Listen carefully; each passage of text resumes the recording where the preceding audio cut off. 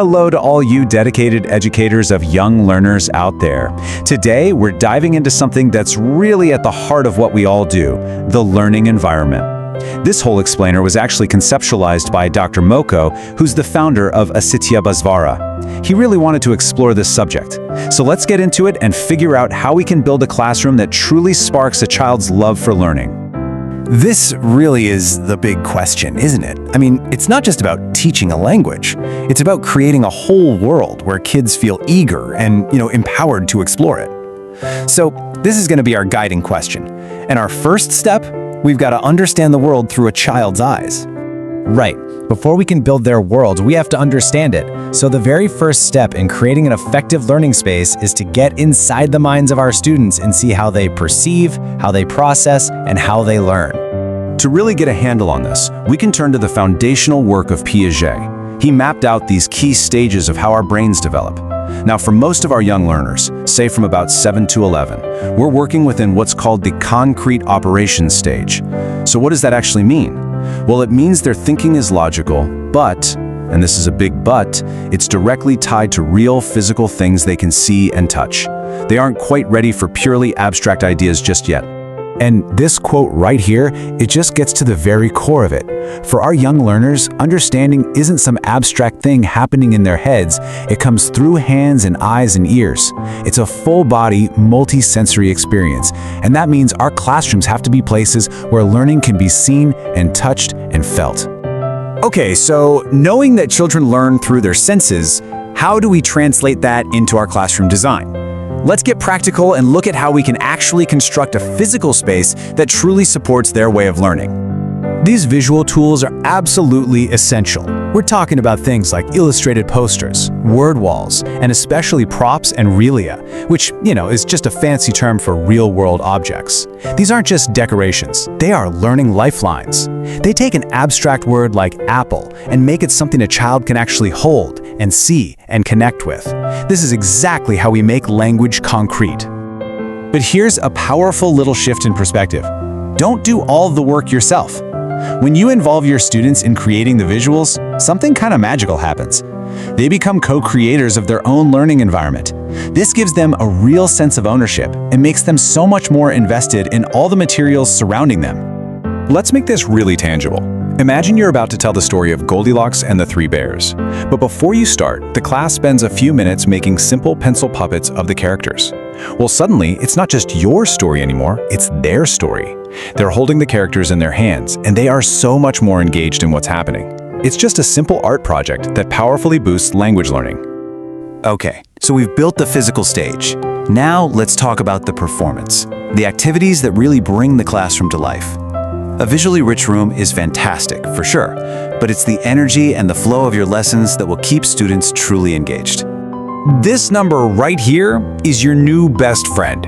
For students who are around 5 to 7 years old, you got about 5 to 10 minutes of focused attention for any single activity.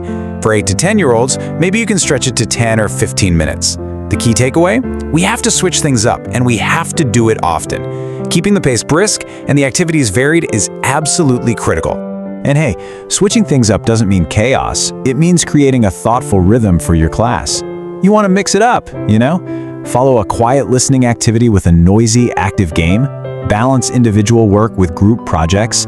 This variety caters to different energy levels and learning styles, and it makes sure everyone stays focused and on board. So how do we connect all these varied activities so they don't feel random? Well, the answer is thematic units. The process is so simple, but it's really powerful.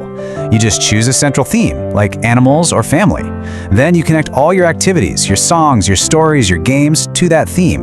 This lets you naturally recycle and reinforce language in a context that makes sense to children, and that is what helps the language stick. Another powerful tool for creating structure is routine. Simple, repetitive routines in English, like a morning greeting chant or a little call and response for story time. They provide a predictable structure that makes children feel secure, but even more importantly, they create daily opportunities for real, authentic communication. Now let's be honest for a second. Creating this kind of environment can be a real challenge. We don't always have the resources or the time or the support that we need. So when you're facing these obstacles, where do you turn? You turn to your most powerful resource, each other.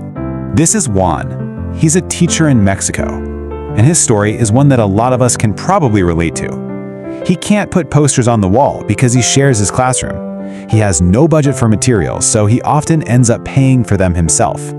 His challenges are real, and they're significant. And underlying all those challenges, like the ones Juan has, is a feeling that so many teachers experience: isolation. It can feel like you're on your own island, trying to solve every single problem by yourself, but you're not. The antidote to this isolation is community. This framework, the TEFL, or Teaching English as a Foreign Language Community Triangle, is a fantastic way to visualize your support network. It identifies 3 key groups of people who can help enrich your teaching practice and honestly just make your job easier. Let's break it down. First, your fellow teachers at your own school. Could you maybe align your English themes with what they're teaching in science or art? Second, the English-speaking community around you. Is there a parent or maybe an older student who could volunteer to help out? And third, other professionals in teaching English to young learners, or TEYL. Connecting with them, even just online, can bring a rush of fresh ideas right into your classroom. Ultimately, this is the message. Teaching doesn't have to be this individual, solo endeavor. Your greatest resource is the people around you. By being open, by collaborating, and by sharing, you not only solve practical problems, but you also build a richer, more dynamic learning experience for your students. Every single teacher, everywhere, needs a strong foundation, and community is a huge part of that. So I'll leave you with this to think about. Who's in your triangle? Who is that one person you can connect with this week to make your classroom and your students' world just a little bit richer? Don't just think about it. Reach out. The possibilities and the support, they're all around you.